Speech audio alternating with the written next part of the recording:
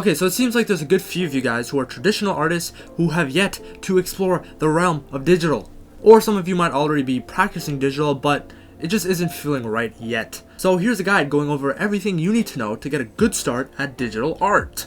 Bars. Okay, first things first, I'm the realist. Okay, first things first, we need a drawing mechanism, okay? The actual digital aspect. You can either get yourself a laptop tablet like this, or a screen tablet in which you insert your tablet screen into the computer, or you can get a tablet computer, which is the same as a screen tablet, but just forget about the computer. It is irrelevant.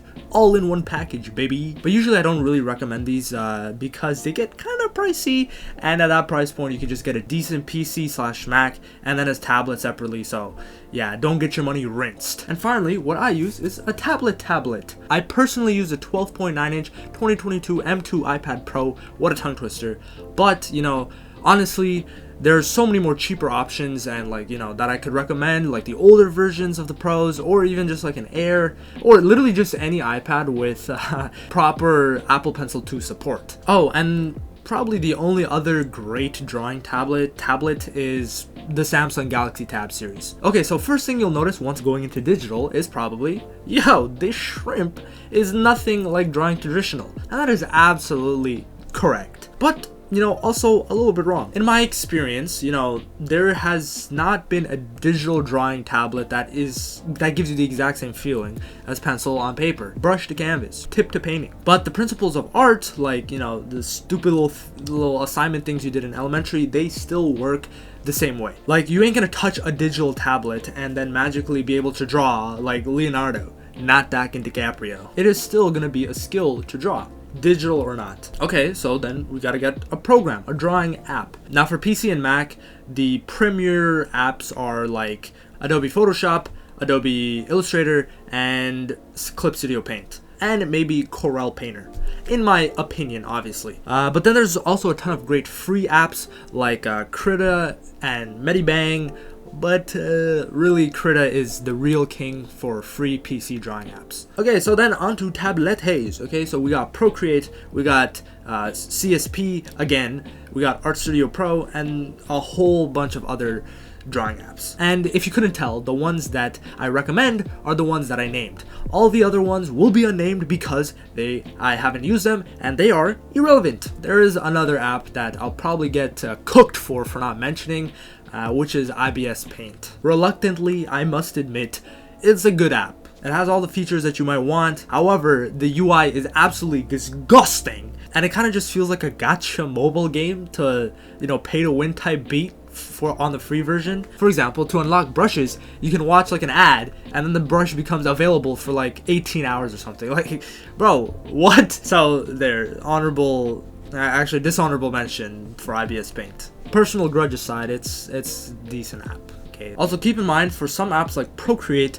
they're exclusive to the iPad, so you just want to double check the compatibility with your tablet. I personally use Procreate. It really maximizes the space given by the iPad by simplifying the UI and the features all into nice little corners and menus. You can tell there was a lot of effort put into making the app simple but powerful. But if you want the full breadth of features like animation, color correction, and more complex editing tools in one app, I'd say go for Clip Studio Paint. But trust me, Procreate has basically almost every single feature you would need for drawing, and it's a little bit more approachable than Clip Studio Paint. I remember going into a pro drawing app for the first time and I was feeling so overwhelmed with everything.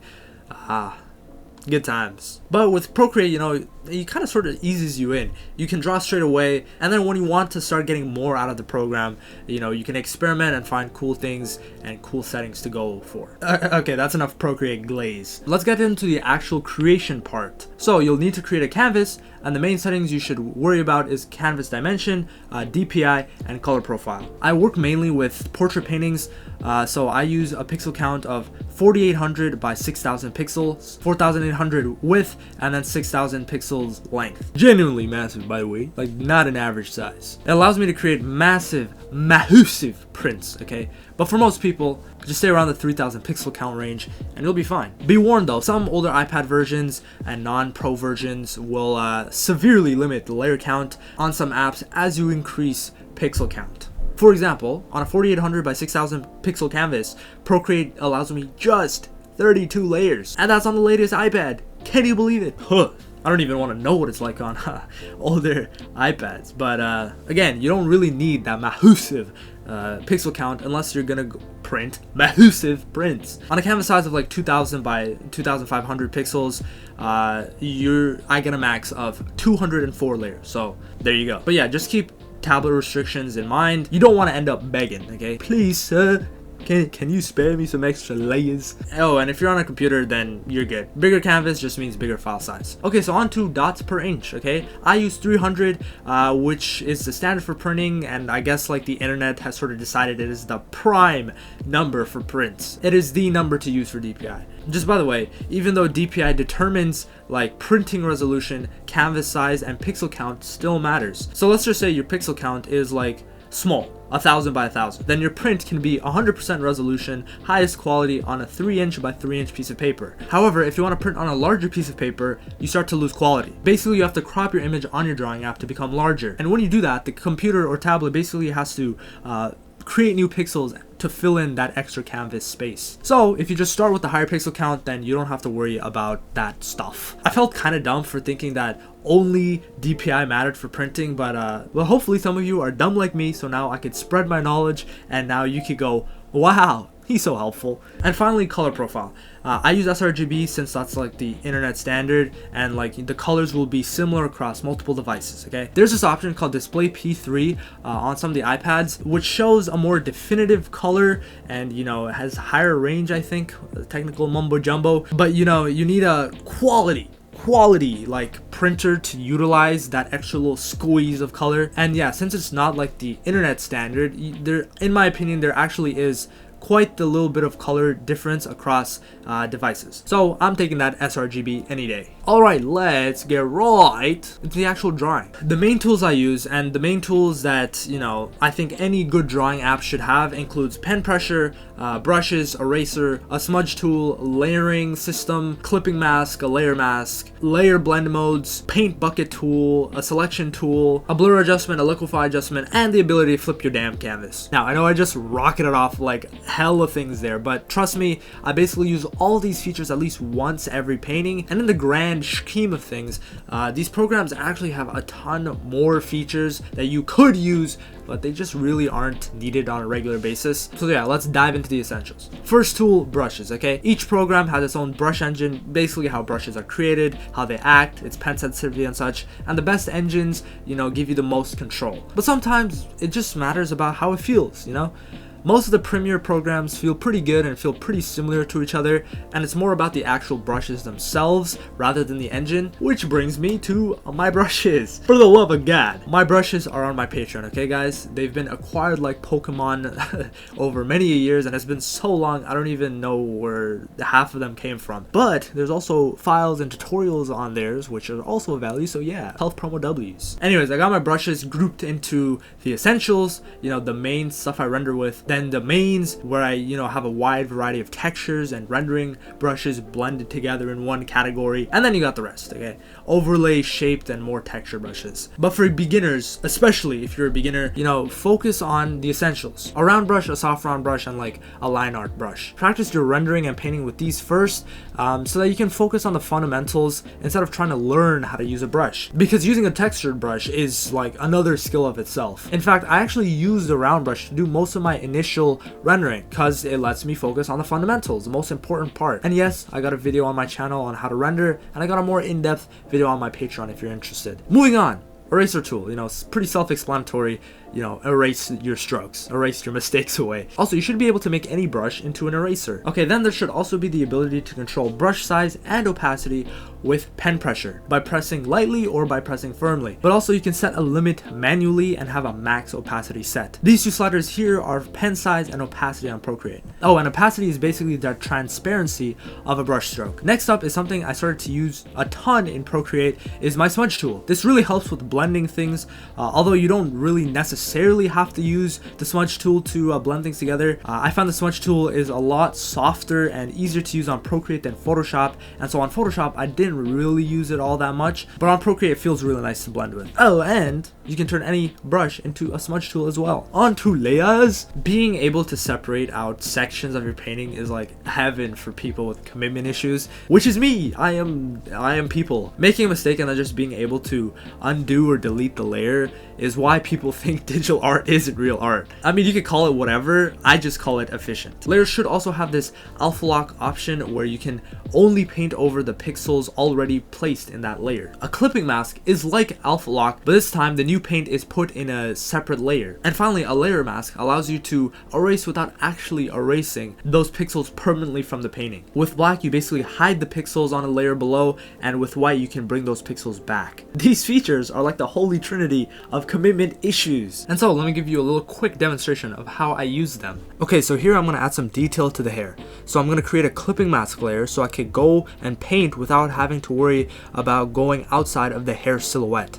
Then using the smudge tool, I could blend some, cool hair leaf flow all up in there, and then I alpha lock my clipping mask. So now I'm locked into painting only the details, and so I finish by adding these bright yellow highlights. And boom, hair detail using these layer features. Okay, so the last thing on layers is blend modes, and here on Procreate, if I click this little letter icon here, it opens up the blend mode options, and it basically controls how the pixels interact with all the pixels below that layer. Normal is how you'd expect it, it's just pixel layered over each other, but then you can get some funky stuff like difference, vivid light, etc. They're usually organized into like sections, like these layers above here like do some darkening magic, and then these layers do some lightening magic. Okay, you get the point. Okay, so let's set this layer to multiply, and let's clip this down to our character layer. Now, if we paint bucket a nice gray here, we have a shadow layer, and then we can erase bits to add light. See how easy that is? So yeah, layering these layering tools, you can see how useful they are. Okay, next up is a paint bucket tool. Yeah, it does what you think it would, fills in color. Usually there'd be a paint bucket icon that you select, but for Procreate you kind of just drag down the color from the color icon and then drop it in and create your color fill. Next is a selection tool where, you guessed it, you select a portion of your painting and restrict all the actions and restrict everything that happens into that selected out portion. This is really useful to create like mixed edges like this, or just plain move things around without messing up other parts of the painting. You can add to a selection, remove, copy and paste, duplicate, etc. Next up we got adjustments, okay, and as you can see there's quite a few here, but the most important by far are the blurs and liquify. The blurs are self-explanatory, okay, blurring out the background, creating some motion blur effects, but liquify, man, this has quite literally saved a ton of my paintings.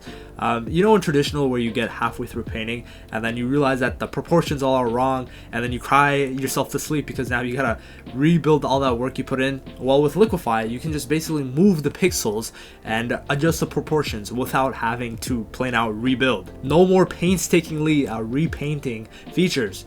Sensational. Also, don't sleep on like the other little options on the liquify tool like pinch and expand. They also can be very useful. And sticking to the whole fixing mistakes part, the final main function is the ability to flip your canvas. Okay, when you do this, you're basically forcing your brain to look at your painting in a new perspective, and you realize, wow, this looks like shit. But that's good because now you can go and fix it using liquify, and you're able to actually recognize the mistakes. And boom, now you have the knowledge to start your digital art journey. Every major tool, every program, device, heck, you should probably take my job now. Just kidding, I sold my soul to be able to draw like this. With that said, hopefully you guys enjoyed the video and found it helpful. If you guys want more in-depth tutorial about like actual painting, check out my Patreon, and I'll also kiss you on your forehead. Alright, see you later, alligator.